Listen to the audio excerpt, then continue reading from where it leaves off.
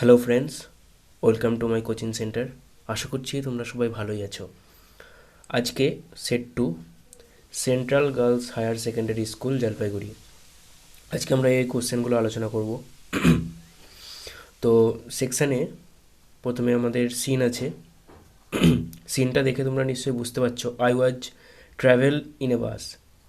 এটুকু পড়েই তোমরা বুঝতে পারছো যে আমাদের সিনটা কোথা থেকে নেওয়া হয়েছে। ঠিকই ধরেছ। অল অ্যাবাউট এ ডগ, কার লেখা ছিল সেটা? এজি গার্ডেনারের লেখা। তো চলো আমরা কোশ্চেনগুলো নিয়ে একটু আলোচনা করি। তো এর দাগের কোশ্চেনে কী বলছে? Answer the following question in one sentence each, একটি বাক্যে উত্তর দিতে বলছে। তো একের কোশ্চেনটা কি? Who is the author of the text? তো আমরা জানি আমাদের এই গল্পের অথারটা কে ছিল। তোমরা ঠিকই বলছো, এজি গার্ডেনার। তাহলে the author of the text is AG Gardiner. এটা লিখে নাও, the author of the text is AG Gardiner. এবার দুইয়ের কোশ্চেনটা, how was the weather that night? তাহলে সেই রাত্রের আবহাওয়াটা কেমন ছিল? তো লিখো, the weather that night was, এই লাইনটা দেখো, বিটারলি কোল্ড নাইট। তিনেরটা, what was the opportunity the conductor was waiting for? তাহলে কীরকম সুযোগের সন্ধানে ছিল আমাদের কন্ডাক্টরটা? তা লিখে নাও এটা, the conductor was waiting for to show his dominance to the passenger. নিজের কর্তৃত্বটা বজায় রাখার চেষ্টা করছিল সেখানে, এটাই তো সে দেখাতে চাইছিল। চারেরটা, how did the Pekinese dog look? ওই যে পিকনেস ডগ মেয়েটির হাতে ছিল, সেটা দেখতে কেমন ছিল? আমরা এই লাইনগুলো খুঁজলেই পাবো সে দেখতে কেমন ছিল। স্মল ছিল, বিডি আইস ছিল। তো লিখে নাও, the Pekinese dog was small and had beady eyes. বিয়ের দাগে কী বলছে? টিক দ্য কারেক্ট অল্টারনেটিভ, সঠিকটাই আমাদেরকে টিক মারতে হবে। একেরটা, the author was travelling in car, bus, train, truck. অবশ্যই বাস, বাসে যাচ্ছিল আমাদের অথার। দুয়েরটা, the conductor's eyes were attracted by, কার দ্বারা আটকে গিয়েছিল? ডগ। যখন সে কুকুরটাকে দেখেছিল তখনই তো তার চোখটা গিয়ে থেমে গিয়েছিল, তাই না? তাহলে আমরা একের দাগটা শেষ করলাম। চলো এবার দুইয়ের দাগে কী বলছে দেখি। দুইয়ের দাগের এটা পড়ে নিশ্চয়ই বুঝতে পারছো যে আমাদের এই দুইয়ের দাগের কবিতাটা কোথা থেকে নেওয়া হয়েছে। এটা হয়েছে অটম থেকে নেওয়া হয়েছে। কার লেখা? জন ক্লেয়ার। ঠিকই বলেছ।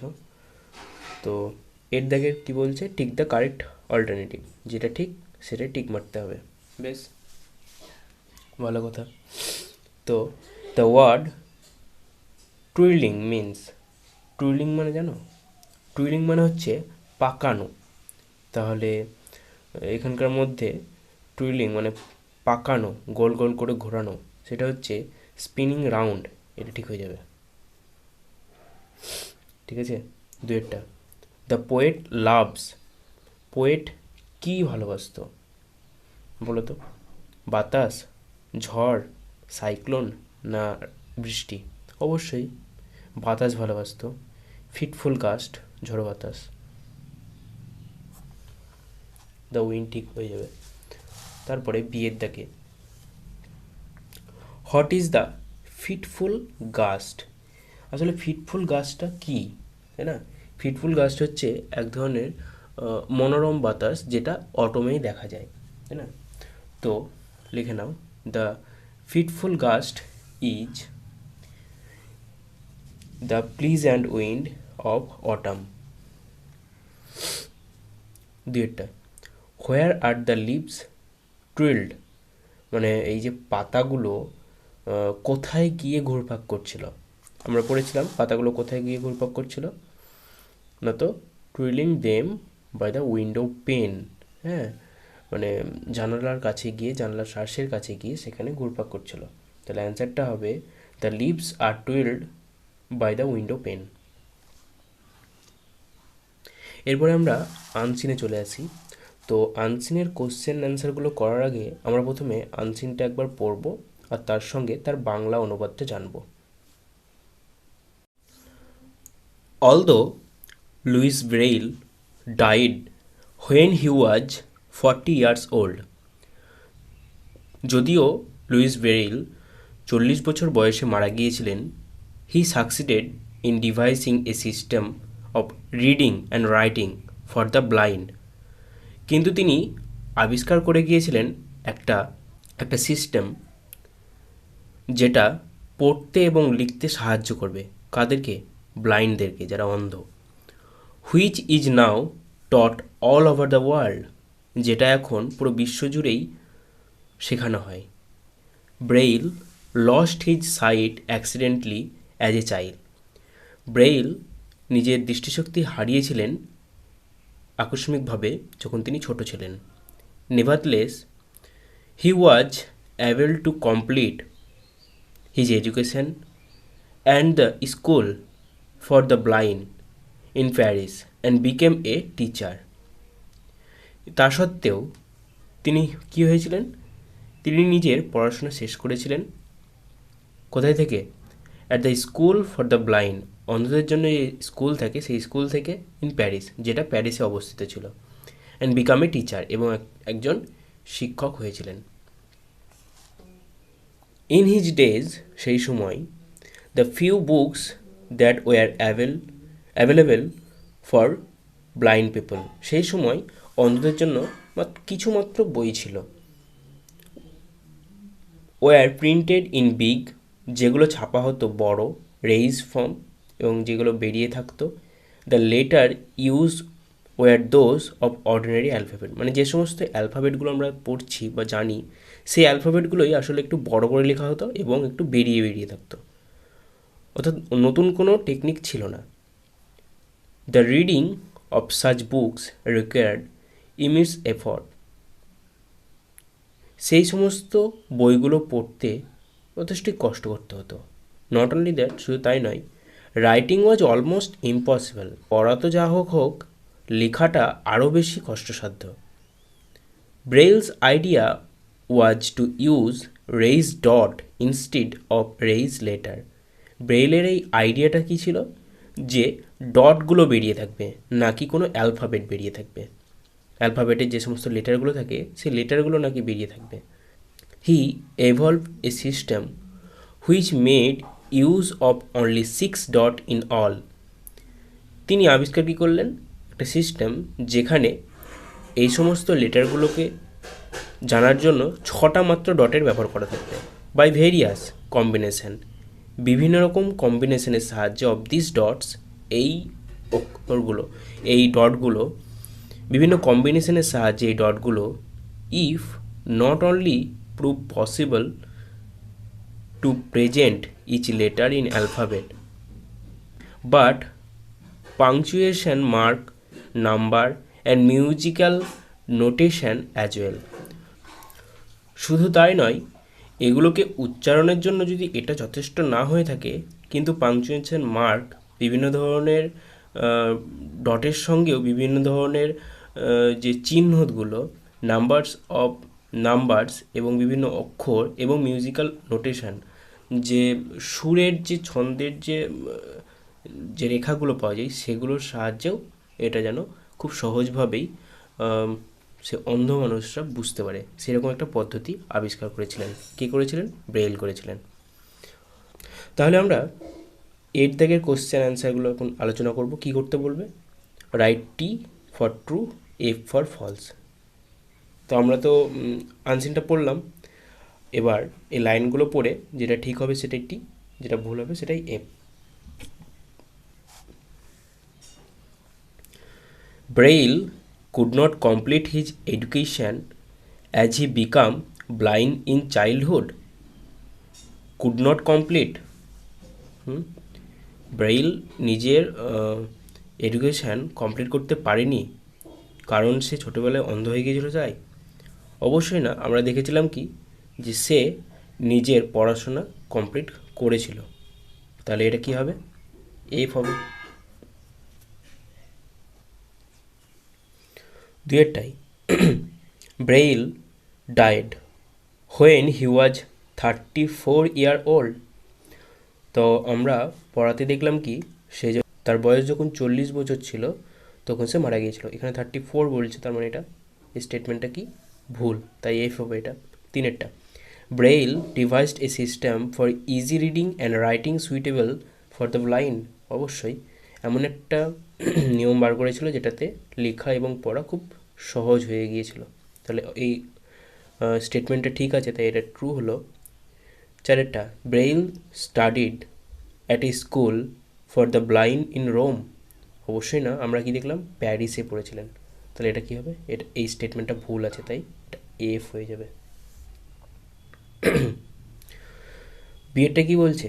Tick the correct answer for the given alternative.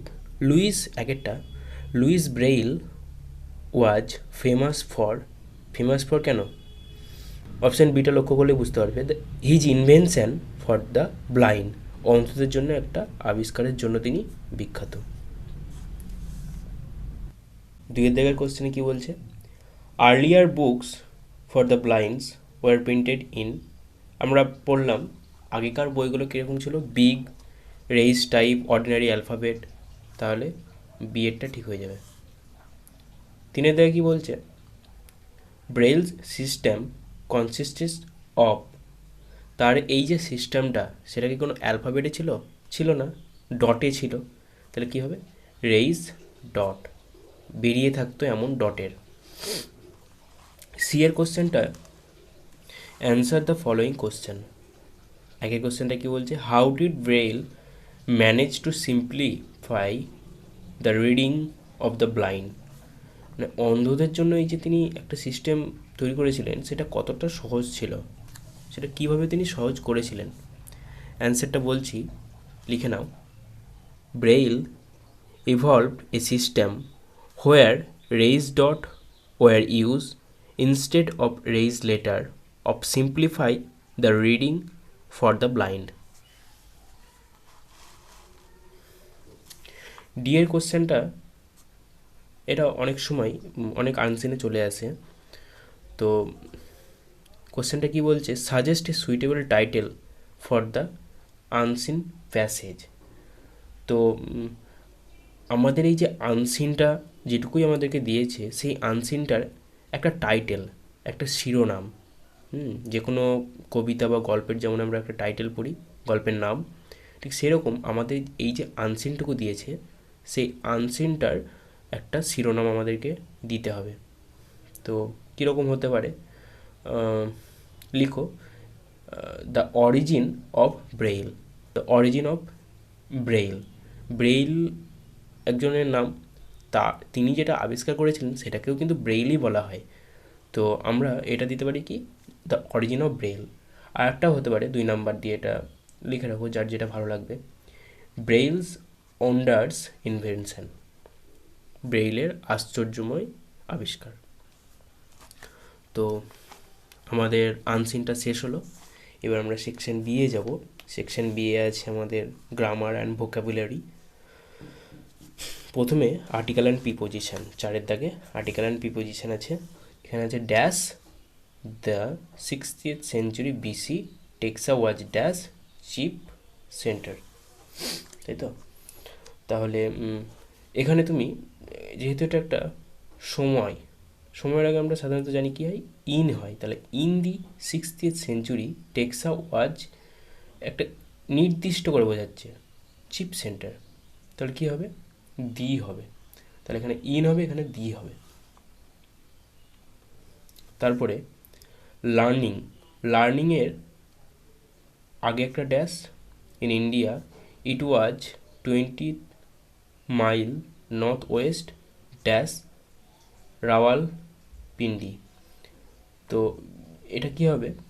এটা যেহেতু লার্নিং, লার্নিংয়ের আগে সাধারণত আমরা কি জানি, অফ বসে। তো অফ লার্নিং, আর এখানে নর্থ ওয়েস্ট থেকে, মানে একটা জায়গা থেকে আর একটা জায়গা, তাহলে এখানে আমরা সাধারণত কি জানি, এখানে ফ্রম হবে। 5 দাগে ডু অ্যাজ ডাইরেক্টেড। একটা কি বলছে, he said we are very happy here. এটা আমাদেরকে ইনডাইরেক্টে করতে হবে। অ্যান্সারটা করে নাও। He said that they were very happy there. দুয়েরটা, রীতা সেড টু আয়েশা। রীতা আয়েশাকে বললো please give me a glass of water. তাহলে এখানে ওকে অনুরোধ করছে, তাহলে এটা আমরা রিকোয়েস্ট দিয়ে করতে পারি। Rita requested Ayesha to give her a glass of water.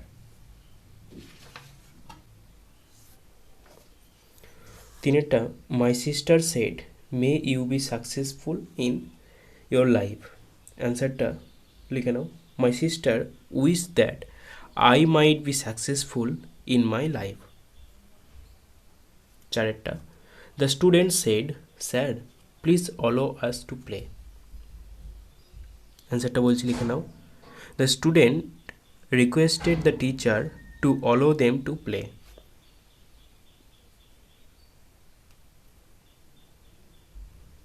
তো আমাদের গ্রামার শেষ হলো। 6 দাগে দুটো কোশ্চেন আছে, কি বলছে, সিনোনিম বার করতে হবে। আমাদের কোথায় থেকে বার করতে হবে, কোশ্চেন নাম্বার 3 অর্থাৎ আনসিন থেকে বার করতে হবে। একটা কি আছে, ইনভেস্টিং। দুয়েরটা হিউজ। হিউজ মানে নিশ্চয়ই তোমরা জানো, হিউজ মানে হচ্ছে বড়। বড় মানে কি, বড়ের সিনোনিম কি হতে পারে, বিগ, অবশ্যই। তাহলে হিউজের পাশে এখানে লেখো বিগ। আর এটা ইনভেস্টিং। ইনভেস্টিং মানে হচ্ছে বিনিয়োগ, তাই তো।